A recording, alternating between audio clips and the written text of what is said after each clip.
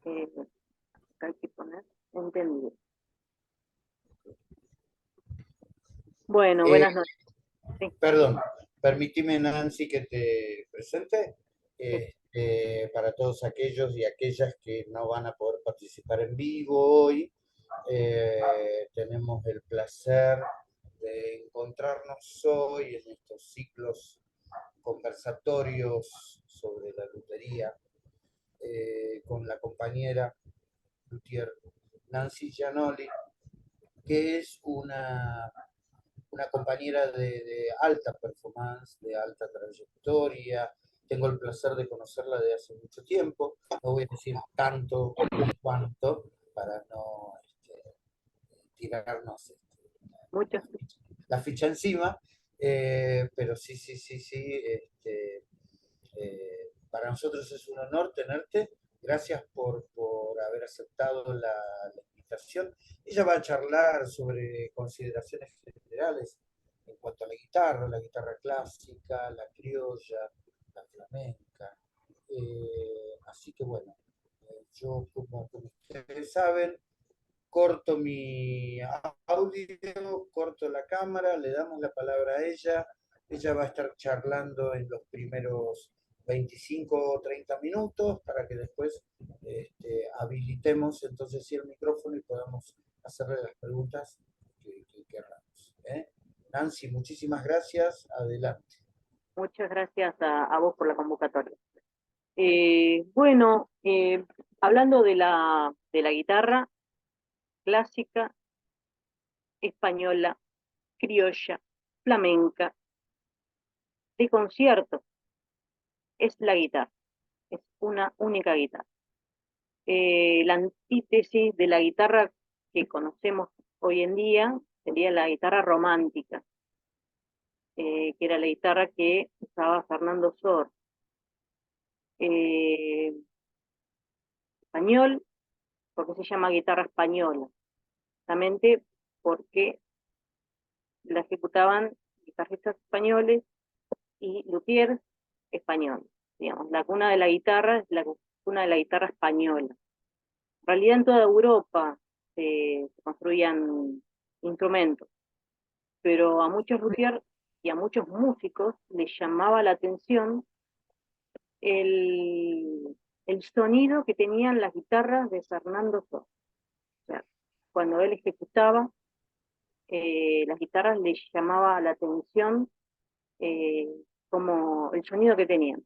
Entonces, la mayoría de los luthiers europeos empezaron a utilizar el concepto español de guitarra, de construcción española, ¿sí? Más que nada. Eso, bueno, a principios del siglo XIX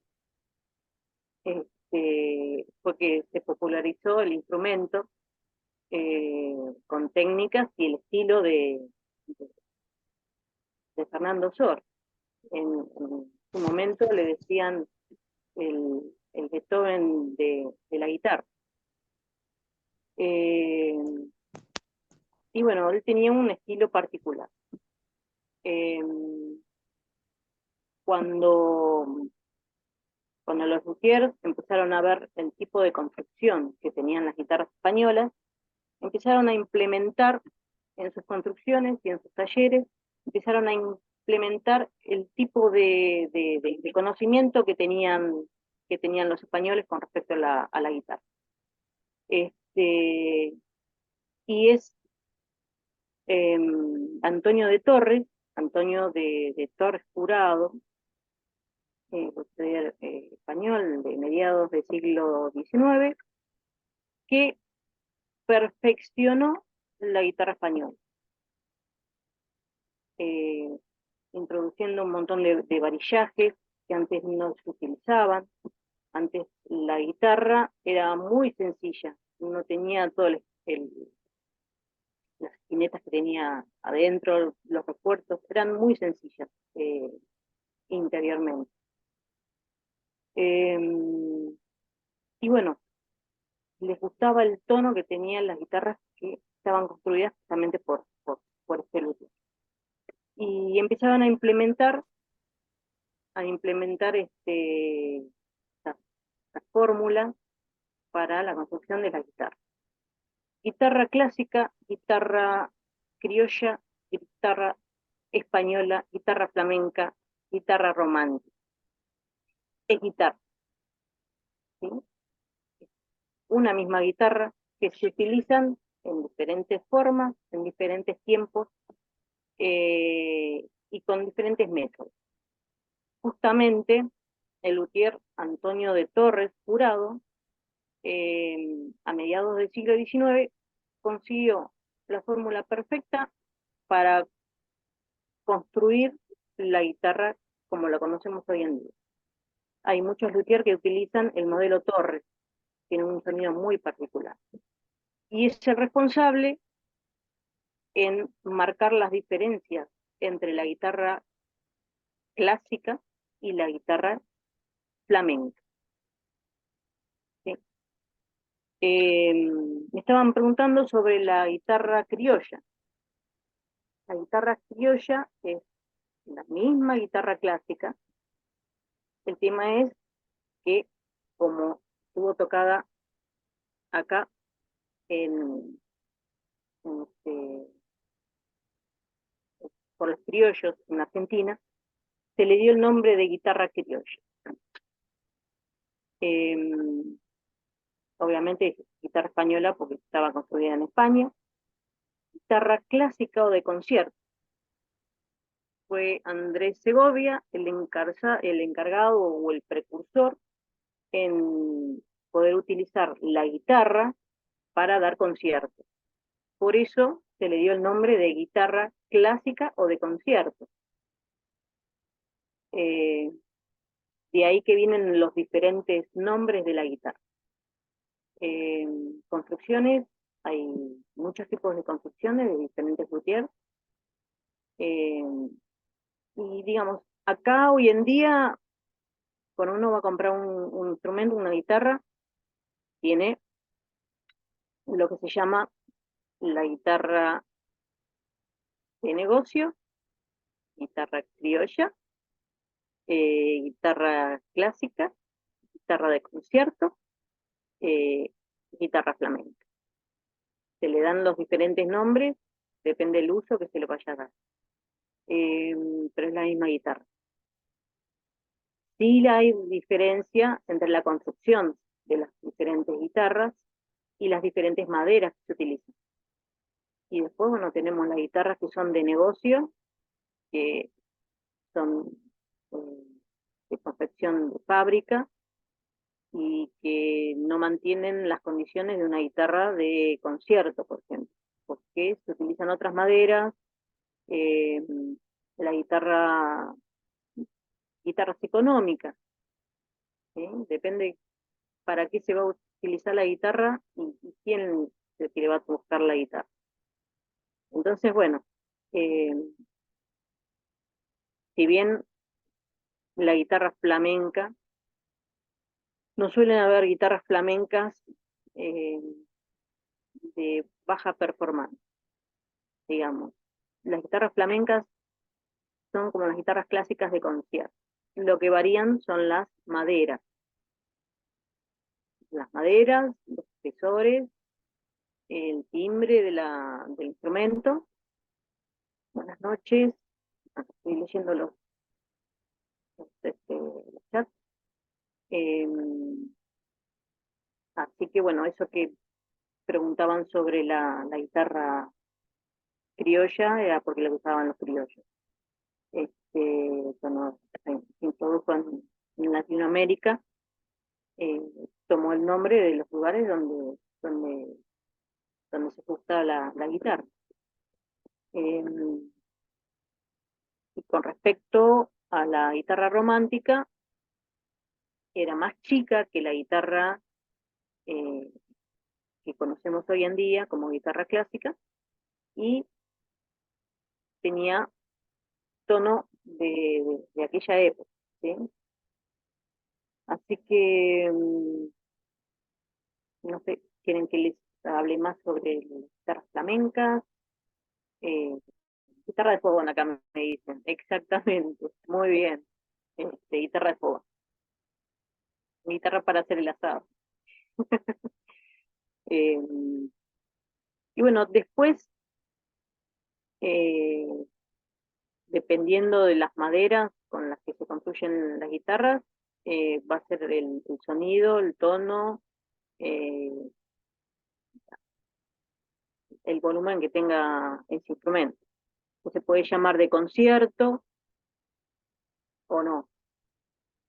Este, por lo general, las guitarras de concierto son aquellas que cumplen todos los requisitos que tiene que cumplir un instrumento, desde el sonido, la afinación, eh, la construcción, obviamente bien realizada. Digamos que esas son las... ¿qué dice acá? Sí, guitarra Manucci, exacto. Sí, digamos, se le dan los nombres a la guitarra del lugar donde se ejecutan, donde se tocan, de donde vienen, este, y, y bueno, es así. Pero bueno, la cuna de la guitarra es España. Eh, yo cuando les daba, en el año 2001, les daba clases a mis alumnos, que di clases de lutería, me contaba que eh, habían en cuevas, este, de hace siglos, muchos siglos atrás, pequeños instrumentos tallados en piedra, en cuevas, que tenían forma de guitarra. Y la guitarra, en realidad, la forma que tiene ahora, eh, se dice, entre comillas, porque la guitarra la introdujeron en España los moros. O sea, viene de más allá. Y, y supuestamente tiene esa forma, del óvulo menor, cintura, y el óvulo mayor, eh, que se la dieron los españoles para diferenciar la guitarra que trajeron los moros a España con las guitarras que tenían ellos allá, para contrarrestar la invasión de los moros en España. Esas son algunas de las versiones que se dice o que corren, ¿no? Eh, no sé qué quieren más saber de, de dónde provienen los nombres de los instrumentos, o... Ah, exactamente, herencia del laúd árabe. Sí, sí, sí, hay varias versiones. Los moros, el laúd árabe, pero bueno, terminó siendo la España la cuna de la guitarra clásica como conocemos hoy en día. Eh, hay diferentes tamaños, eh, diferentes modelos, eh, con diferentes texturas, ¿sí? Depende del constructor que, que la fabrique, que la construya. Eh, pues, bueno, me habían preguntado sobre la diferencia de la guitarra española clásica y la guitarra flamenca. Vamos a empezar por el tema de diferentes espesores. La guitarra española es una guitarra más robusta, la guitarra flamenca sutilmente tiene espesores mucho más finos, porque los sonidos de sus maderas eh, tienen que ser percusivos. Por ejemplo, para guitarras clásicas se utilizan, eh, ahora tenemos un montón de maderas que están prohibidas, pero tenemos el palisandro, la caoba, el cedro, la mara, eh, el algarrobo, también ya está en extinción. Eh, en cambio, las guitarras flamencas, la madera más utilizada es el ciprés, que es una madera eh, blanca, clarita, muy clarita. eh, es un sonido agudo, percusivo, seco, justamente la característica que tiene la guitarra flamenca con respecto a la española, que tiene un sonido, la española tiene un sonido envolvente. Eh, la guitarra flamenca, al contrario, tiene un sonido más cortante y percusivo, que es lo que se busca. Las cuerdas de la guitarra flamenca están más bajas que la guitarra clásica, eh, y las tapas, tanto de clásica como de flamenca, se pueden usar como abetos, siempre se usan eh, pinos, abeto o reseda. ¿Sí? Alerce, yo el alerce le huyo al alerce. Eh, no discrimino al alerce. Este, el tema con el alerce es, primero que no me gusta el color, no me gusta la tonalidad. Y después que para encontrar un alerce eh, que suene bien, más o menos tiras 10 guitarras. Eh, yo voy a la madera segura. O sea, cuando uno trabaja con buenas maderas, eh, eh, me sale digamos, que ya de entrada sabe que esa guitarra va a sonar bien. Entonces, no perdés tanta plata, porque si cada cambio de tapa es una prueba de guitarra y es una prueba de madera, es una inversión en maderas, en clavijeros, en cuerdas, en trastes y en tiempo. Entonces, cuando uno va a lo seguro, ay, seguro. Cuando uno trabaja con buenas maderas de buena calidad, va a estar seguro que esa guitarra va a sonar. Eso ténganlo por seguro. Este, puede ser, digamos, cuando uno recién empieza con el tema de la construcción, por ahí no usa las mejores maderas porque esto a veces prueba y error hasta que sale bien. Obviamente que uno va adquiriendo sabiduría a partir de que hace varios instrumentos y comete varios errores. Eh, cometer errores no está mal. Cuando uno comete errores, ahí es donde aprende, realmente. Entonces, aprendes a saber que eso que hiciste no lo tenés que volver a hacer, que va a salir mal. Y después aprendes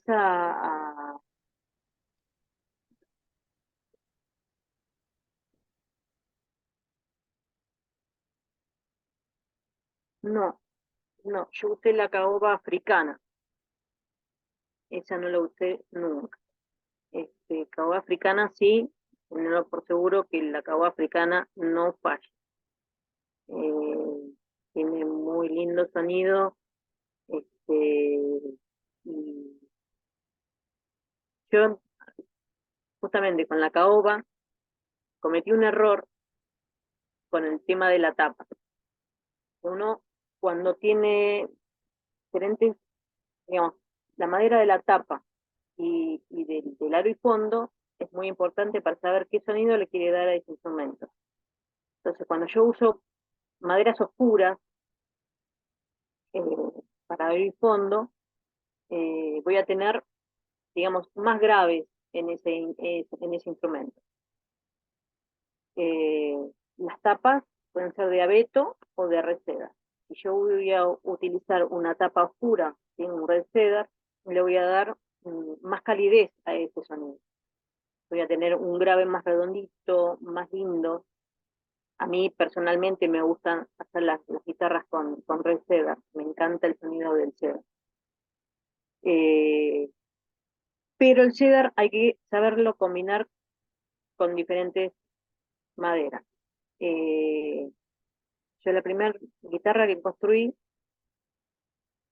fue una guitarra, fueron dos al mismo tiempo.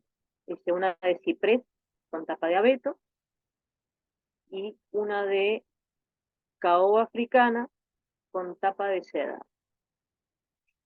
¿Qué pasó? El, la caoba es una madera muy noble y tiene un sonido envolvente. ¿Sí?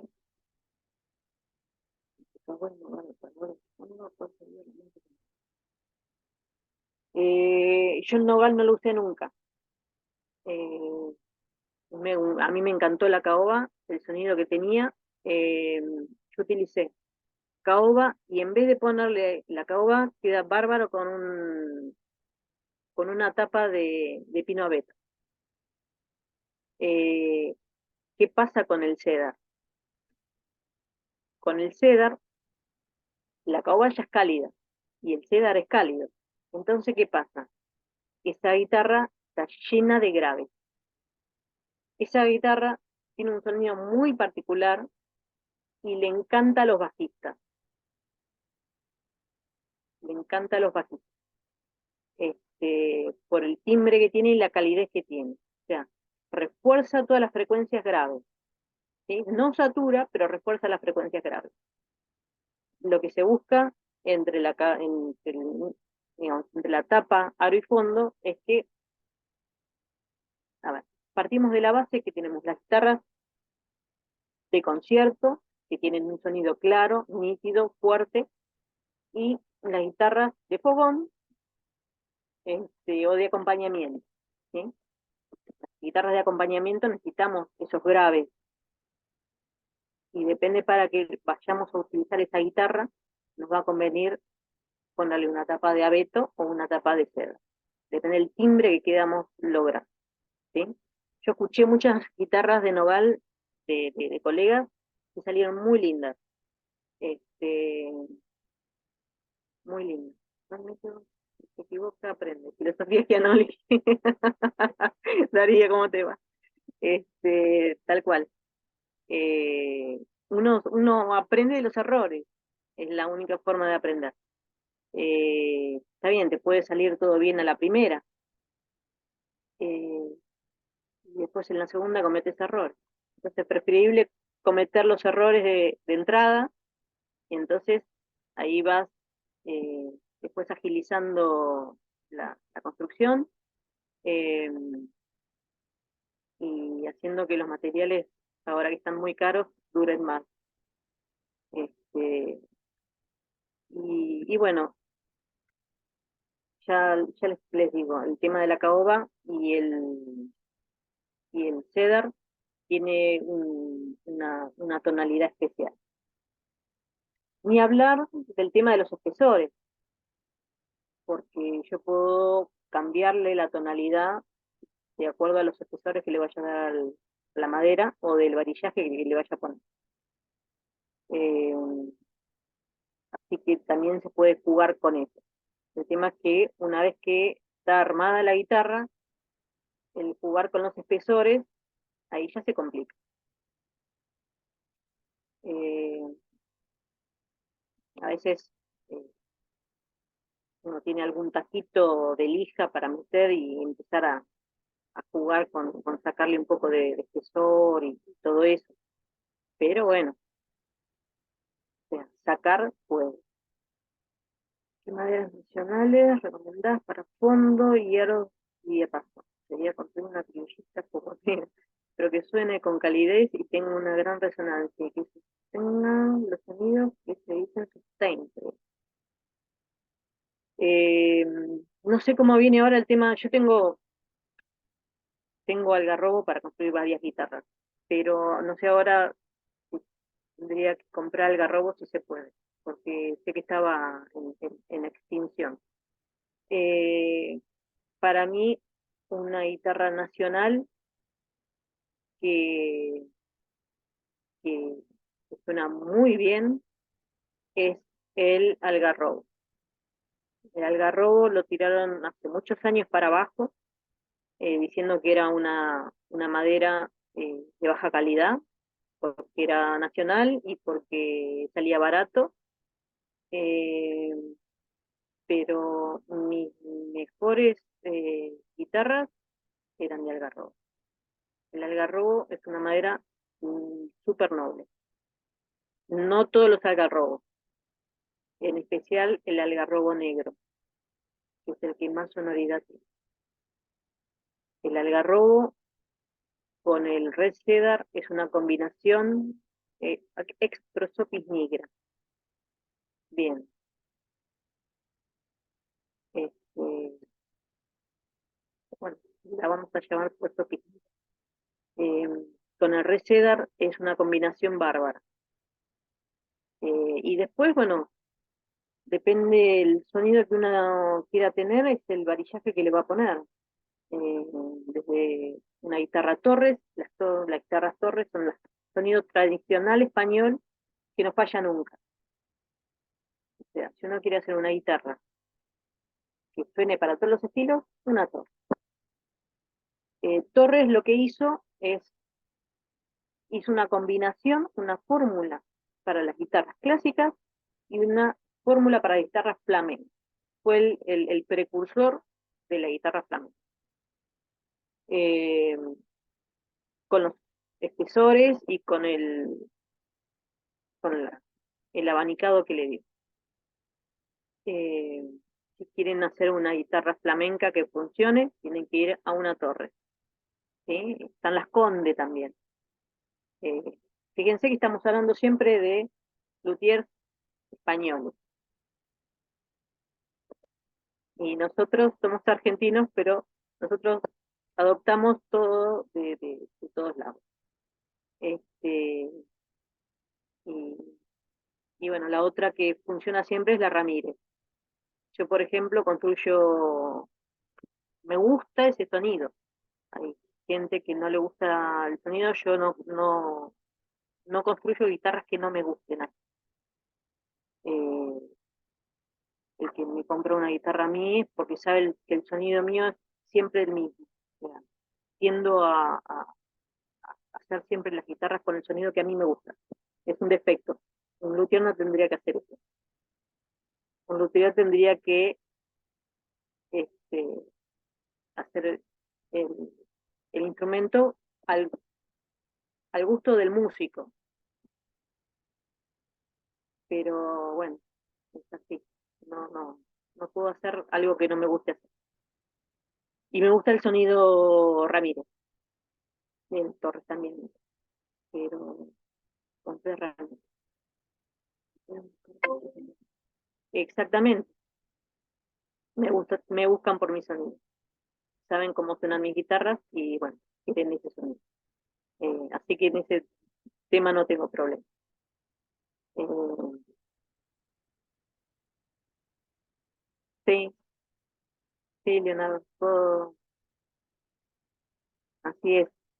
Este, y bueno, y después es jugar, jugar con los espesores.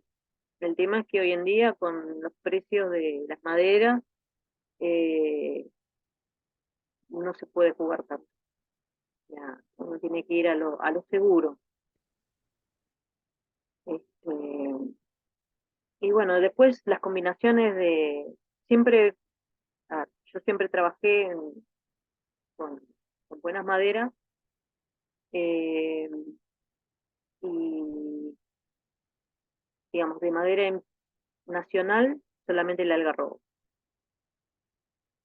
Eh, después toda madera de afuera. Palisandros de India, Bahía, que ya no se puede usar, pero las tengo en el taller, en algún momento las voy a tener que usar. No saldrán del país, pero están compradas y hay que usar. Y después la caoba, en función de cada madera,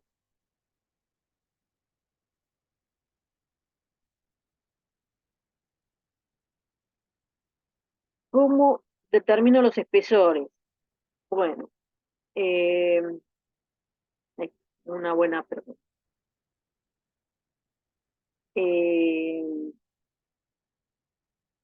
obviamente que la primera guitarra que hice fue con plano y específicamente con los espesores que dictaba el plano.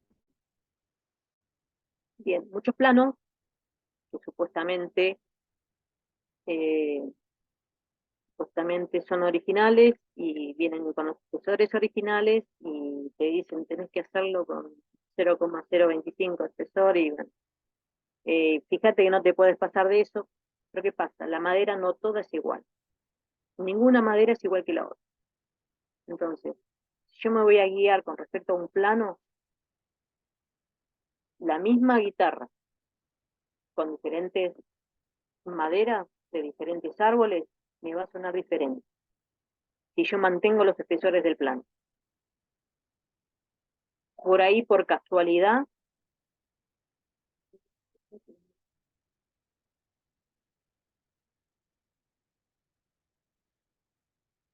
esa, sí, esa es una buena. Antonio, Antonio de Torres expresó que la punta de sus dedos índice y pulgar le indicaban a su intelecto cómo administrar los espesores. Sí, eh, yo utilizo eso, obviamente que me guío mucho con el calibre, pero más que con el calibre es con el timbre de la madera, y el sonido de la madera al pasar los dedos, solamente por la madera. Eh, Cuando vos pasás, acá por ejemplo una tapa de seda, cuando vos pasás los dedos a través de esa, muy suavemente, acariciás la tapa, te tira unos armónicos especiales. Eh, Tenía calibre, Antonio. No, no tenía calibre. Sí, sí, ¿cómo que no van a tener calibre? A ver, si no son hombres de la caverna. Se llamaban comparadores, ¿sí? Lo que hoy en día, nosotros le decimos calibre, pues tiene el nombre de calibre, eran comparadores, sí que tenían. No eran de la prehistoria. Tenían, sí que tenían. Los comparadores existieron siempre. Eh, Calibre, lo que pasa es que nosotros ahora manejamos el calibre electrónico y bueno, es mucho más fácil, pero no tenían calibre, pero sí tenían especímetros. Especímetros, comparadores, es lo mismo, se pueden llamar de varias maneras.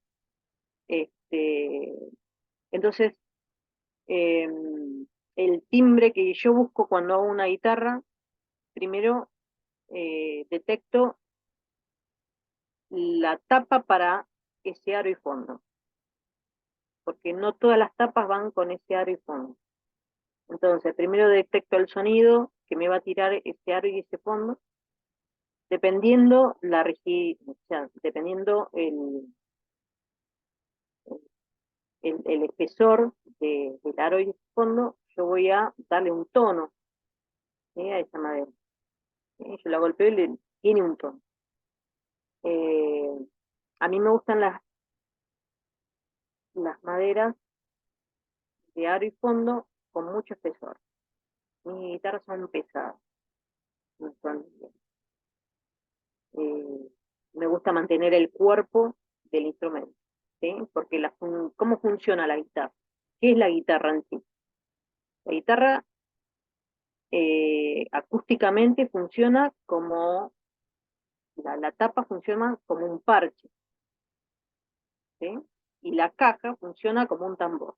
Entonces, yo necesito que esa tapa vibre lo mejor posible y que tenga un, un, un contenedor de ese sonido que haga que esas frecuencias golpeen y salgan disparadas lo más rápido posible para afuera. ¿Sí? ¿Para qué? Para que la guitarra tenga eh, una buena calidad de sonido. Entonces, ¿yo qué busco? Busco maderas que tengan buen espesor en aro y en fondo, ¿sí? Para que funcione como un parche de bombo la tapa. Eh, Ese es mi método. Eh, Conozco otros luthiers que hacen exactamente lo contrario a lo que hago yo. Exactamente lo contrario a lo que hago yo. trabajan con espesores muy finos. ¿Qué dice acá? Algarrobo blanco, salga, ¿qué espesor en nave se pone a utilizar? Es que no uso ese. Siempre utilizo el algarrobo negro. Perdón, el Prosopis, ¿cómo se llama? Prosopis niger. Ahí, la Prosopis niger. No lo usé nunca el blanco. O sea, yo cuando voy a comprar ese, no voy a comprar otro, porque sé sé lo que a mí, a mis manos suena bien.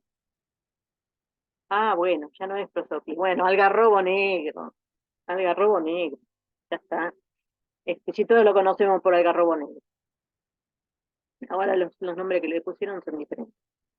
Eh, entonces, dependiendo cómo me resuene esa madera, le voy a dar el espesor a la tapa. A mí me gusta mantener los espesores gruesos de tapa. Todo me va a decir está loco.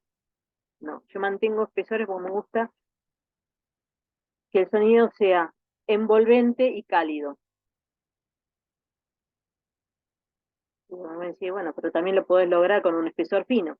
Sí, pero no. Sí, pero no.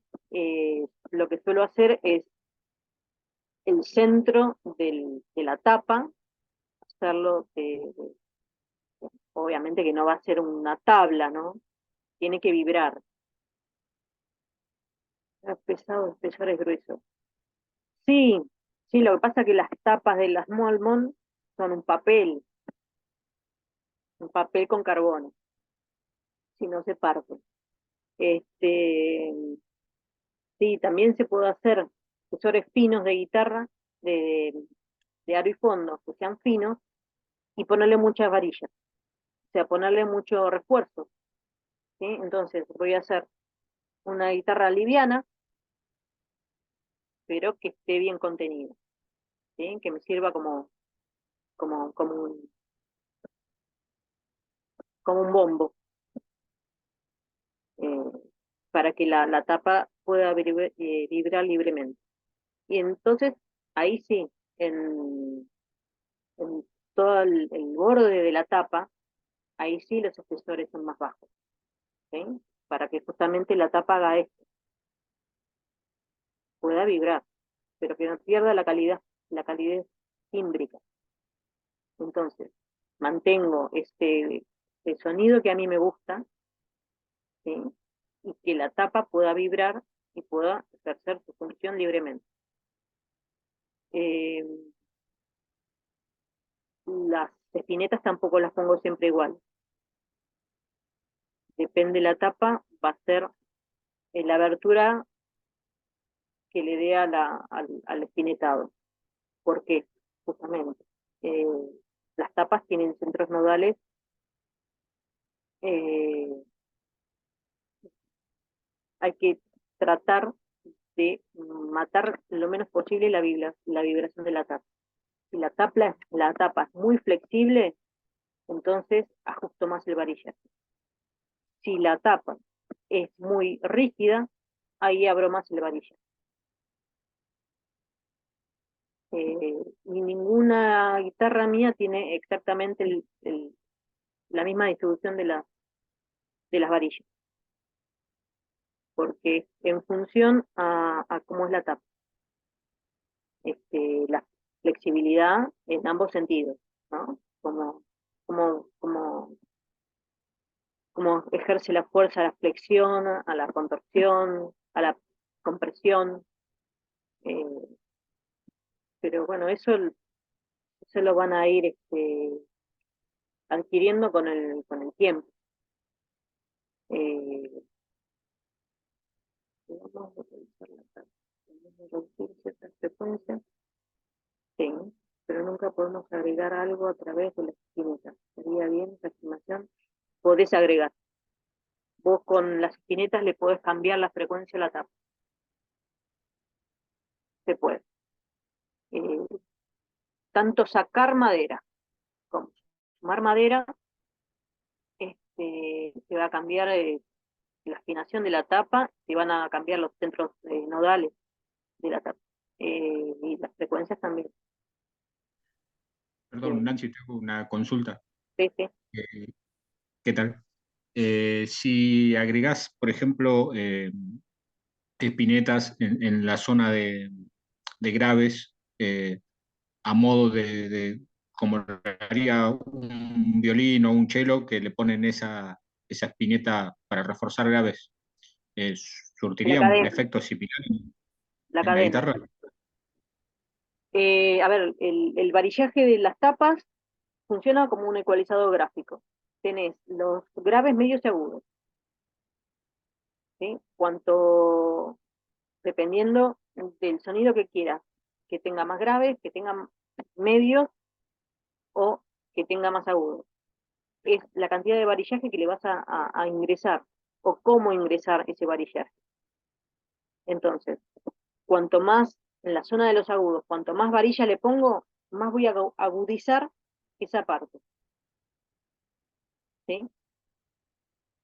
Cuanto menos varilla le ponga en el lado de los graves, más voy a reforzar las frecuencias graves. ¿Se entiende?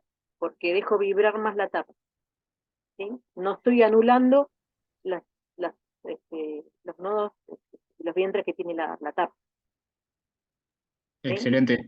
Había oído también que algunos constructores en la varilla del lado de los graves, que pasa por el puente, o sea, por la aleta del puente en el lado de los graves, la última, que toca el puente, por debajo, a veces la adelgazaban a esa para sumar graves. Oí eso por ahí. Sí, sí. Se puede. Yo, por ejemplo, cuando dije que utilizaba el plano Ramírez, el concepto, yo utilizo el concepto del plano Ramírez. Después yo modifiqué mis espinetas, las modifico con cada guitarra es diferente. Pero lo que sí mantengo es la estructura del plano Ramírez. ¿Y Ramírez qué hizo? Ramírez tercero. Ramírez qué hizo? En las barras transversales de la boca y abajo del diapasón, ¿qué hizo?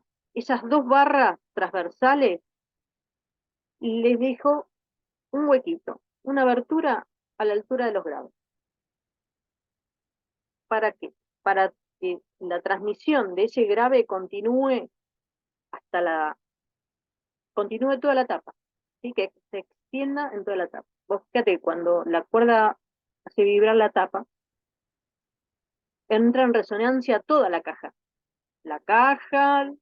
el mango, los trastes, el clavijero, todo entra en resonancia.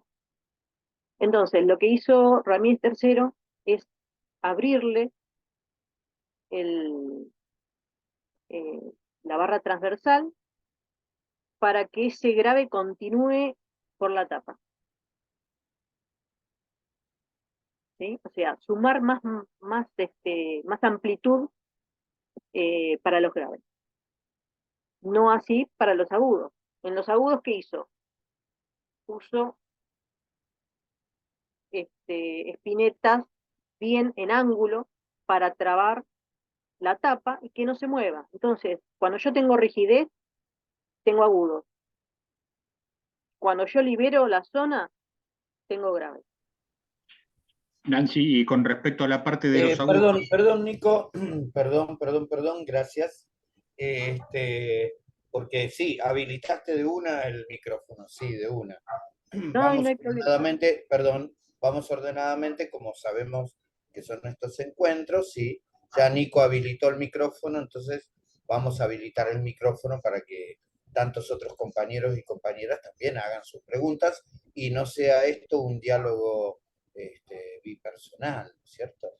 Este, pero antes de dejar abierto nuestro conversatorio al micrófono, digo, para aquellos que no lo tienen presente, los comparadores, antiguamente los comparadores, desde el medioevo hasta el siglo XX, eran calibres fijos. que trabajaban las medidas, básicamente las medidas de espesores, es decir, lo que hoy podríamos decir el calibre móvil o Vernier, y lo que podríamos denominar el espesímetro, que ya es un reloj que compara, es un comparador mediante un reloj que pulsa por presión y mide, ahí ya está midiendo décimas o centésimas de milímetro, es decir, sería semejante a los, a los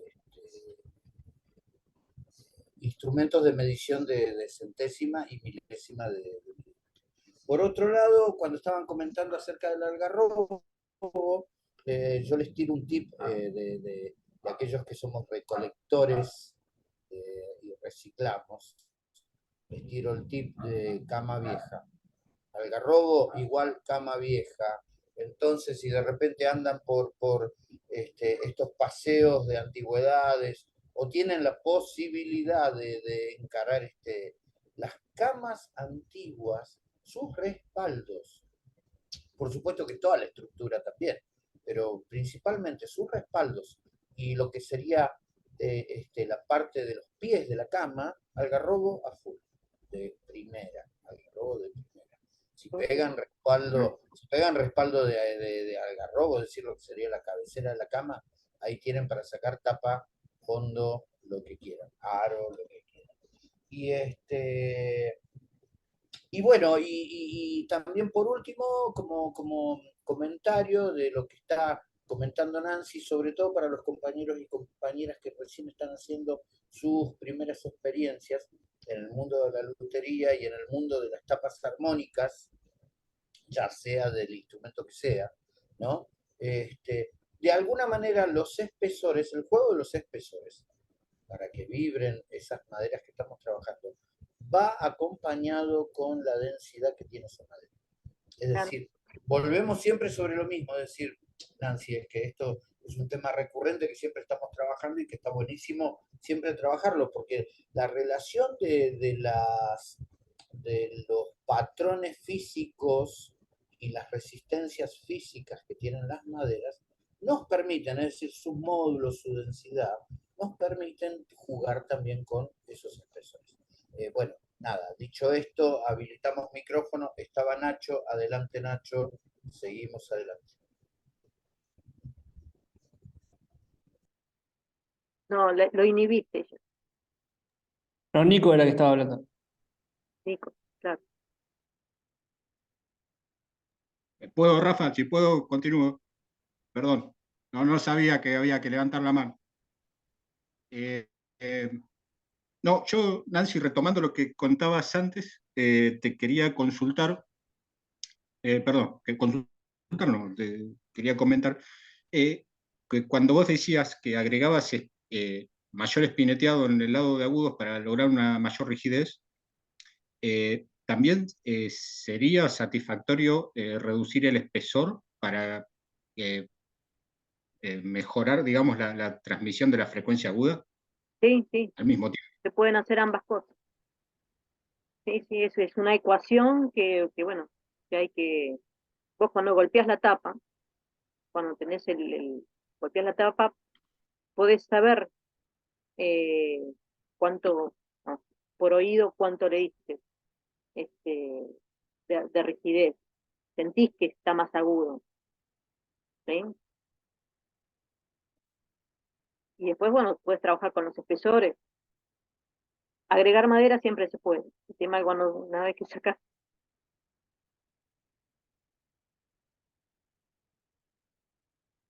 es complicado. Bueno, gracias. No, por favor. Eh, una, Claudio.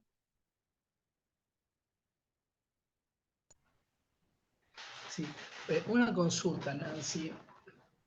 Esto es respecto, digamos, el ideal que buscamos en una guitarra clásica, flamenca o criolla, uno es que tenga un rango dinámico amplio Ujú. para la expresión, que tenga un sonido equilibrado, la voz cantante, que son los agudos, bien definida, y que sea confortable en la ejecución. Digamos, te hablo de mi experiencia. Yo la única oportunidad, y he tocado muchas guitarras y he tenido alguna guitarra de concierto por un constructor muy conocido, pero la única guitarra, yo te puedo decir, que ejecuté, que me voló la cabeza, fue en una época yo estudiaba guitarra flamenca, ¿no? Probé una guitarra de Sevilla del año 1900, eso era por los 90, esa guitarra tenía aproximadamente 90 años.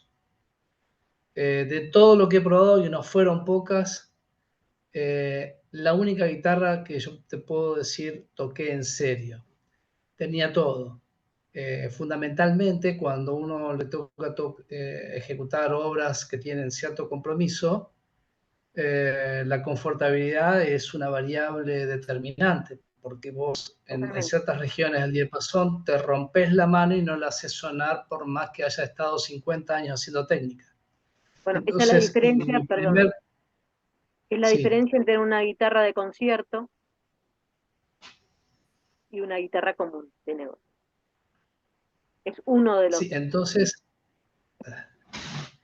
mi primer consulta apuntaba a cómo se administra la variable, dejando de lado las otras, ¿no?, que hacen a la guitarra de concierto, la variable confortabilidad en la ejecución, que vos puedas tocar relajado y la guitarra suena. Bien. Esa guitarra que comentás era una guitarra flamenca. La guitarra flamenca, al contrario de la guitarra clásica, sus espesores son muy finos. Es una guitarra muy liviana, con espesores finos, maderas livianas, mangos más finos, y más del año que decís, se hacían guitarras, eh, digamos que, como se diría antes, de contextura para mujer. Entonces, son guitarras que tenían tiros 64, 64 y medio. Entonces, eran muy fáciles de ejecutar, de tocar. A ver, eh, cuando yo hablo de los espesores, hay ciertos espesores que son límites, ¿sí? Tanto para lo fino como para lo grueso. Cuando digo que trabajo con espesores gruesos, no digo 5 milímetros, 6 milímetros. No, estoy hablando de 2,5, 3, 3,5 a lo como mucho, ¿sí? Entonces, si te dejo madera, yo tampoco, es un árbol que estoy tocando, algo muy pesado. Eh, por lo general, las guitarras de luthier, ¿qué tienen? Que cuando a uno le encargan un instrumento, se hace la guitarra a la mano del que lo va a ejecutar, ¿sí? Entonces, cuando uno va a hacer un instrumento, dice, tráeme la guitarra que más cómoda te quede, y nosotros le copiamos las medidas del mango, la altura de cuerda. Entonces, eh, la guitarra se hace a la mano del guitarrista, ¿sí? Uno puede tener una guitarra estándar, modelo estándar para cualquier mano, ¿sí? Cuando uno hace guitarras para una exposición, tiene que hacer una guitarra que la pueda tocar cualquiera, eh, siempre y cuando sea ejecutable, ¿no? A algunos les va a quedar bien y a otros les va a quedar mal. O sea, por ejemplo, el guitarrista que viene del palo de la eléctrica, de la guitarra eléctrica, va a querer un mango finito, con cuerdas bien bajitas. Pero hay obras que las va a poder ejecutar. Cuando empiece a ejecutar la guitarra como un clásico, y hay obras que no las va a poder tocar con las cuerdas tan bajitas, porque le va a trastear. Es así. Eh, entonces, bueno, hay que hacer una ecuación entre altura de cuerda, que no trastee, y la mano del guitarrista. A veces a las exposiciones vienen músicos y saben, no puedo tocar esta guitarra, me trastea toda. Y a algunos les dura, pero eso depende de que va a ejecutar el instrumento. Lamentablemente, no podemos estar, tenemos que hacer algo medio como para que lo pueda tocar cualquiera. Y después la guitarra se calibrará la mano del que lo va a tocar. Es así. Eh, mi primera guitarra de concierto, que la hice en el año 99, me la compró en una exposición de lutería, Aníbal Arias, un guitarrista de tango, para los jóvenes que no lo conocen, un guitarrista de tango de los viejos, que les daba el pulgar para abajo, ejerciendo una presión impresionante, y le trasteaban todas las guitarras. ¿Y él qué hacía? Bueno, las alturas de las cejillas eran así, para que no le trasteara. Y encima usaba doble encordado, o sea, mezclaba. Hoy en día, si uno lo tendría que hacer, es carísimo. Usaba para las bordonas extra alta tensión y alta tensión para las primas. Usaba dos encordados. Cada vez que tenía que cambiar cuerdas, usaba dos encordados. Hoy en día, para un bolsillo hacer eso es. Encima no son unas cuerdas nacionales, las cuerdas importadas. Entonces, sale un billete. Y bueno, y las guitarras, él se quedó enamorado del sonido de la guitarra. Era una guitarra de algarrobo. Y todos los demás luthiers me la tiraban abajo porque era algarrobo. Era una guitarra barata, porque el algarrobo era nacional. Este, Antes las guitarras de luthier siempre con maderas importadas. Ahora cambió eso, eh, cambió mucho. Estoy hablando de hace 25 años atrás. Entonces, cambió mucho. Eh, y bueno, y le gustó el sonido de la guitarra, pero le trasteaba.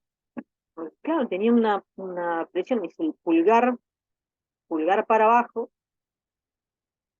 las cuerdas hacían así, se veía como flameaban cada que tocaba.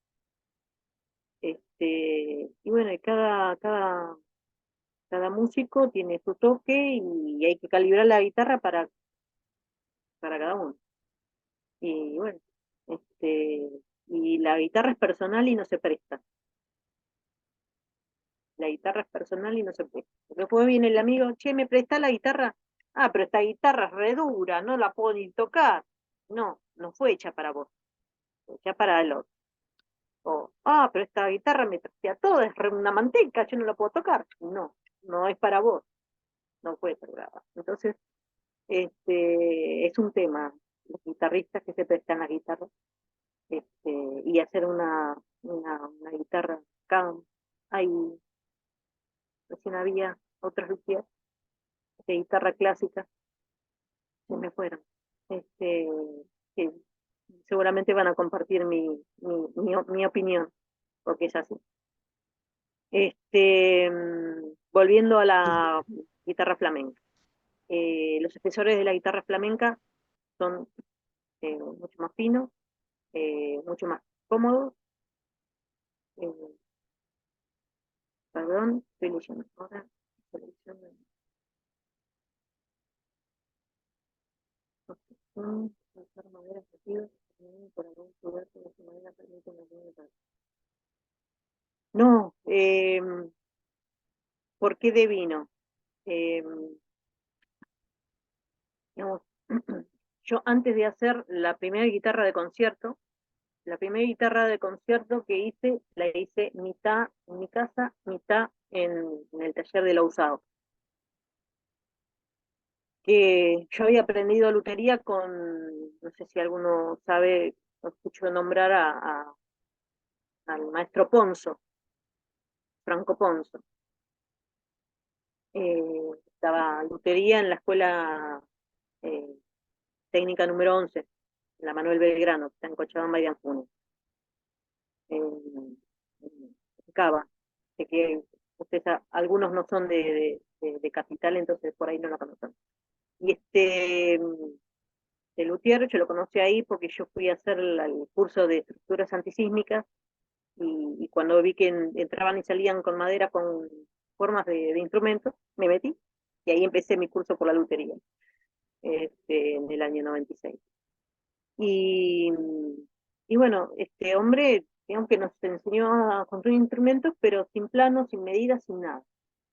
Utilizaban espesores eh, para todo, eh, que eran insonables, o sea, eran, eran puentes literales lo que tenían adentro de la guitarra, no sonaban. Y en la primera muestra de lutería que hicieron en el Borges, antes de formar la asociación, eh, lo encontró a lo usado. Y yo llevo las fotos de las guitarras. Y me dijo, tan bárbara, pero no va a sonar. ¿Cómo que no va a sonar? Yo todavía no les había puesto las cuerdas. Y él miró la estructura interna de las guitarras y me dijo, me cagó de risa literalmente en la cara y me dijo, ¡ah! Esto no suena. ¿Cómo que esto no suena? A mí se me cayó el alma al piso. Me dice, pero venite al taller y te enseño cómo hacer que suenen. Macanudísimo. eh, lo usado, un maestro, Dios lo tenga en la gloria. Eh, bueno, me enseñó todo lo que tenía que saber sobre los espesores y cómo hacer que un instrumento suene. Y la primera guitarra de concierto la hice mitad en su taller, mitad en mi casa. Y me hizo hacer con algarrobo, porque era una guitarra de prueba, era para probar mi habilidad con la madera. Entonces, como el algarrobo era barato y era una madera nacional, la hacemos de algarrobo. Fue por eso solamente, por eso. Y el algarrobo, o sea, más allá de ser una madera nacional y era barata, el algarrobo tiene mucha sonoridad y no tiene nada que envidiarle a cualquier madera eh, importada. Eh, un palisandro, narce, eh, no tiene nada que envidiarle a los. Le tomé mucho cariño, le tomé mucho cariño al algarrobo. Este, sí, es una ecuación que suena, es una ecuación que suena, siempre y cuando teniendo en cuenta los espesores, ¿no? Si yo voy a hacer una guitarra y le dejo, no sé, así como viene la tabla, y no quiero que suene. Entonces hay que aprender a jugar un poco con los espesores. Eh, Mi recomendación para los que empiezan con una guitarra, una vez que, a ver, hasta que no se le ponen las cuerdas, uno no sabe cómo va a sonar ese instrumento, no sabe. Tiene una cierta sensación de cómo puede llegar a ser el sonido, pero hasta que no se le ponen las cuerdas, no va a saber cómo suena. Entonces, eh, antes de ilustrar el instrumento, ni bien terminaron de pegar el puente y de ponerle la cejilla, le ponen las cuerdas y que esa guitarra suene sin lustre, sin ningún barniz, sin nada. Que suene la madera así como está, lijada como está. Entonces, ahí van a ver qué es lo que le falta a ese instrumento, ¿sí? Y ahí van a poder todavía sacar material si necesitan sacarle. Y recuerden de usar unas cuerdas, porque las cuerdas te pueden tirar abajo una guitarra. unas malas cuerdas te arruinan el instrumento, literalmente. Entonces, eh, una vez que le pusieron las cuerdas, ahí a probar. Esperen una semana con las cuerdas puestas y estirándola, porque la tapa armónica tarda una semana en estabilizarse. ¿Sí? Cuando uno dice templar la guitarra, los guitarreros viejos dicen eh, el temple de la guitarra. A ver, las cuerdas enseguida toman la afinación. Lo que tarda en asentarse es la tapa. Va cediendo, va cediendo, va cediendo, va cediendo, hasta que queda afinada. Entonces, tarda una semana en afinarse, ¿sí? Que uno va a agarrar la guitarra y esa guitarra está afinada en 440. Y ahí pueden ver qué sonido va a tener ese instrumento. Recuerden que depende del tipo de lustre que le pongan, le pueden sumar o restar grave y rigidez. Darío, Darío, levantaste la mano. Sí, sí, ¿cómo andas, Nancy? ¿Qué tal? ¿Cómo andas? ¿Cómo te va? Bien, muy bien. Maestra, Ah, todo este tiempo que me perdí de sus conocimientos, por favor. no, no. Y yo charlando siempre boludeces, por favor. Bueno, Te muteaste. quería saber si habías retornado a dar clases. Esa es mi pregunta.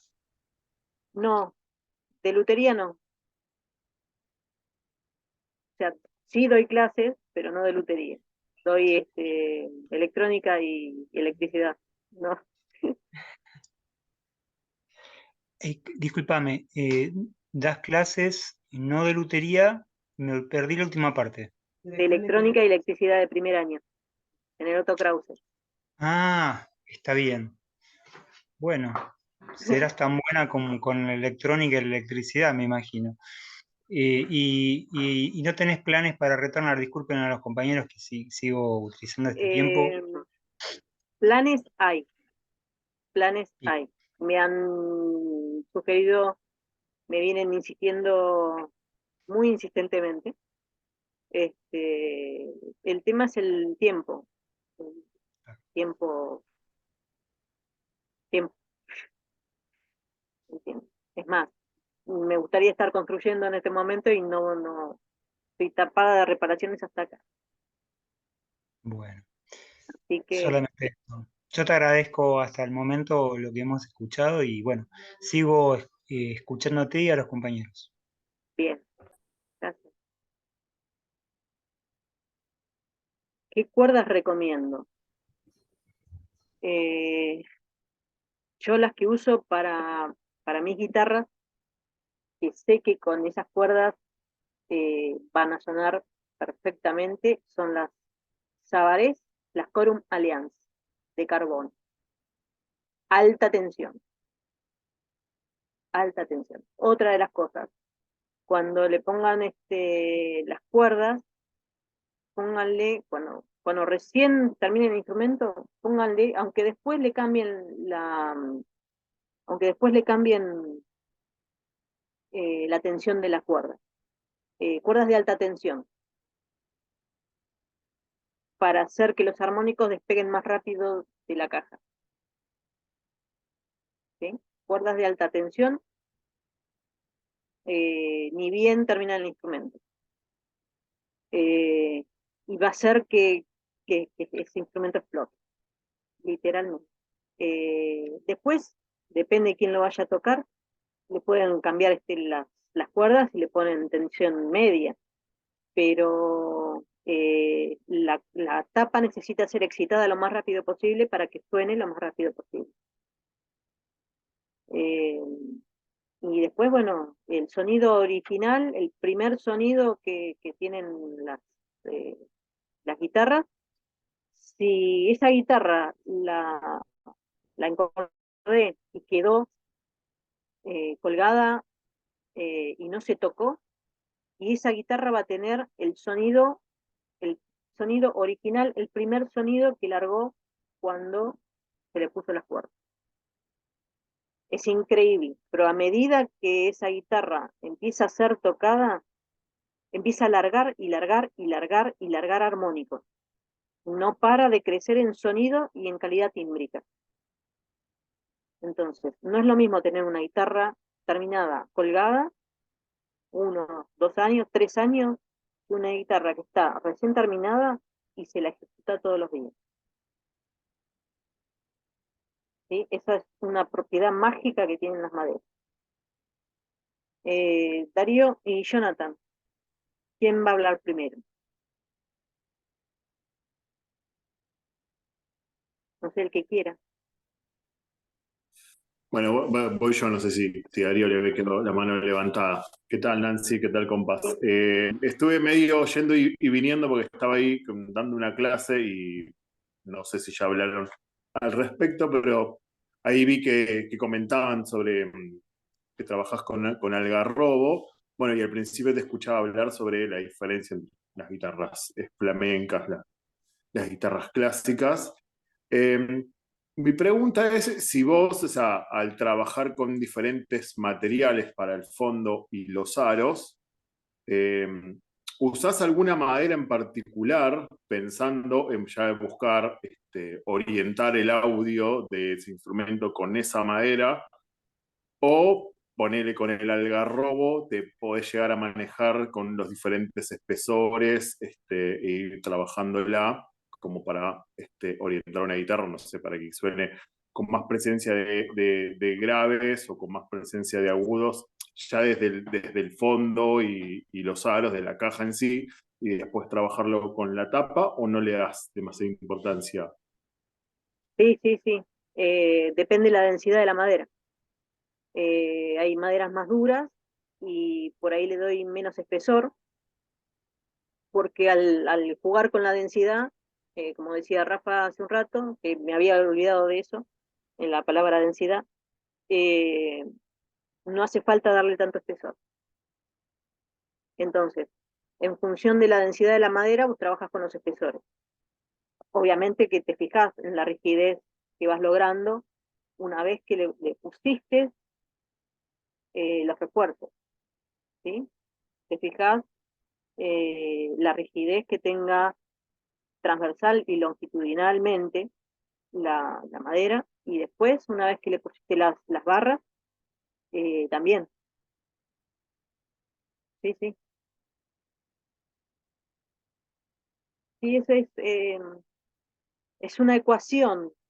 Es una ecuación, y ya te digo, ninguna guitarra tiene el mismo espesor que la otra.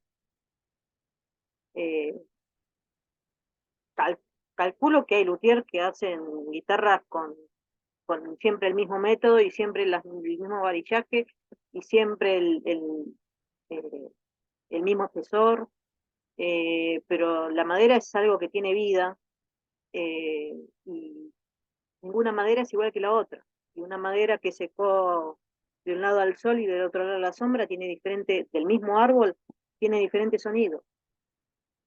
Es naturaleza, es algo que estuvo vivo.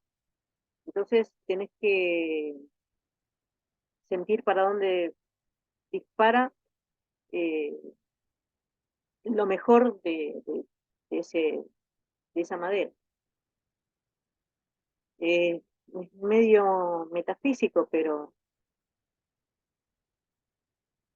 querer o reventar hay que tener mucha sensibilidad. Hay que tener sensibilidad. Pero mi pregunta surgía en base a que he escuchado y he oído de varios constructores que afirman que el fondo y los aros no tienen incidencia en el audio, cosa con la que yo no estoy de acuerdo, y que lo trataba más meramente como una cuestión estructural, bueno, de tratar de liberar a la tapa de esa función de estructural y que meramente que tenga de usar que vibre nada más, entonces que o sea, la estructura venga del lado de la caja y después que no importaba mucho si era de algarrobo, si era de palisandro o si era de cualquier otro material. No, lo Yo que podés, considero que siempre algo sale de la madera, algo aporta armónicamente. sí, sí, seguro. Sí, todo, a ver, ya te digo, la guitarra vibra en todo, es más, hasta los trastes te cambian el sonido. El formato, el material de los trastes, si son trastes finos y altos, o finos y bajos, o son anchos y gruesos, todo eso te va cambiando, te cambia el sustain, el vibrato, eh, todo suma, todo suma, todo suma. Justamente lo que se busca es optimizar, que el instrumento salga lo mejor posible. Eh, lo que te asegurás trabajando con maderas buenas es que personalmente pienso de la madera, obviamente. Y sí, continúo. Este, lo que al trabajar con buenas maderas, lo que te asegurás es una actuación más fácil, ¿sí? Eh, sabés que va a sonar, sabés que esa madera te va a aportar, que no te va a restar, ¿sí? Por eso se buscan, por ejemplo, maderas duras para aro y fondo, justamente para que la onda pegue y rebote, ¿sí? Todo lo contrario a la tapa, que es la que tiene que mover el aire. Al contrario, el aro y el fondo tienen que ser rígidos, porque funciona como un parche de bombo, no queda otra, es así. La función acústica de la tapa es vibrar como un parche de bombo. Entonces, cuanto más libre deje yo esa tapa, más aire va a mover y más va a expulsar para afuera si yo tengo una parte rígida que me haga que esa onda que bajó suba de inmediato.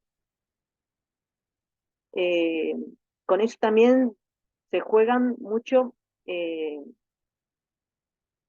los ángulos del mango. Yo, por ejemplo, hago guitarras con mango con ángulo negativo. ¿Qué significa mango de ángulo negativo? Los instrumentos de arco, como el violín, el cello, el contrabajo, tienen ángulo positivo, para arriba. ¿Sí? Yo trabajo con ángulo negativo. ¿Qué significa? Que mi proyección, cuando hago el mango, va a ir al medio del taco. ¿Qué hago? Juego con los espesores del mango, perdón, los espesores no, con la inclinación del, del mango y de la caja, para que la cuerda, en vez de tirar así, tire de arriba. Entonces, cuando tira de arriba, la tapa, ¿qué hace? Esto, bate. Yo lo que necesito es que bata y que saque el aire lo más rápido posible. Es acústica, es física. Este, es eso. Eh, yo dije que trabajaba con ángulo negativo, pero ojo que no trabajo con el mango milenio. No sé si conocen las guitarras de Smallman con mango milenio, que traen un espesor así arriba de la tapa, ¿sí? A mí eso particularmente no me gusta, ¿sí? Me desagrada. Hay guitarristas que les gusta porque dicen que pueden meter bien la mano y pueden llegar a los agudos, y bueno, a mí personalmente no me gusta. Yo lo que hago es inclinar mango y disimular ese ángulo negativo.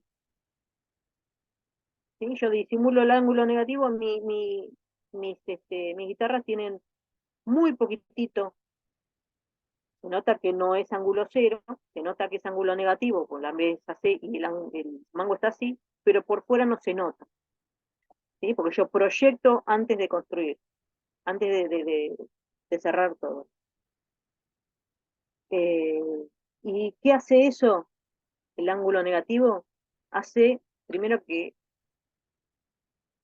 expulse el sonido mucho más rápido, y otra de las particularidades que tiene es que la guitarra se transforma en una guitarra blanda, ¿sí? Porque al tirar las cuerdas de otro ángulo, se me afloja la presión, ¿sí? Y son guitarras sumamente blanditas para tocar.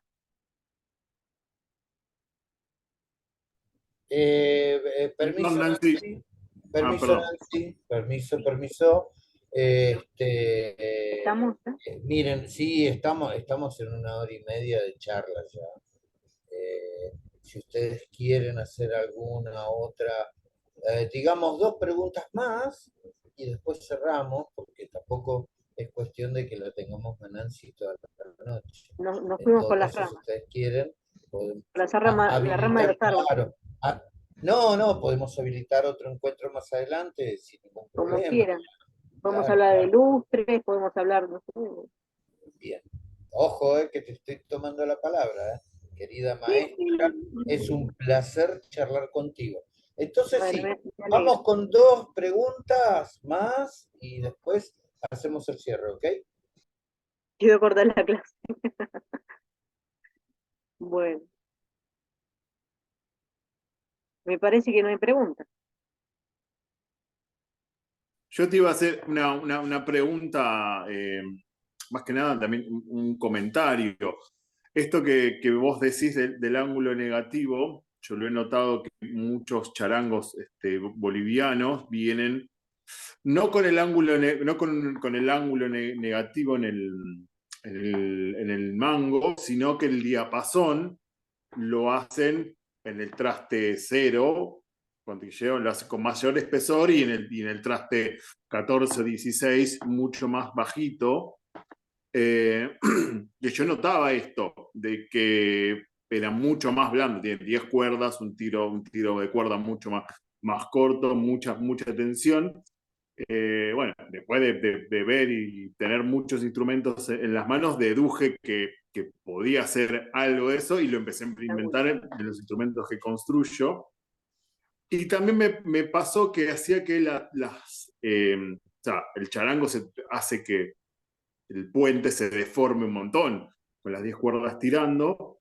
Noté que la deformación de la tapa es menor, o sea, esto que vos comentás hace que lo tire desde otra forma, De otra forma. desde otro ángulo, que la tapa se bata de otra forma, pero no sé, no me da la cabeza como para razonarlo, viste, de qué forma física lo está traccionando, y si es cierto esto que yo noto, que la tapa no se deforma tanto, o es algo que me pasó por casualidad. Y la tapa se deforma mucho menos con el ángulo negativo. Sí, porque está ejerciendo presión desde otro ángulo. Sí, sí. Está Y bien. después, bueno, depende ojo que también depende la estructura que tenga la tapa del charango. Porque hay charangos que no le hacen estructura interna, y hay charangos que sí le hacen estructura interna. Yo a mis charangos le hago varillar.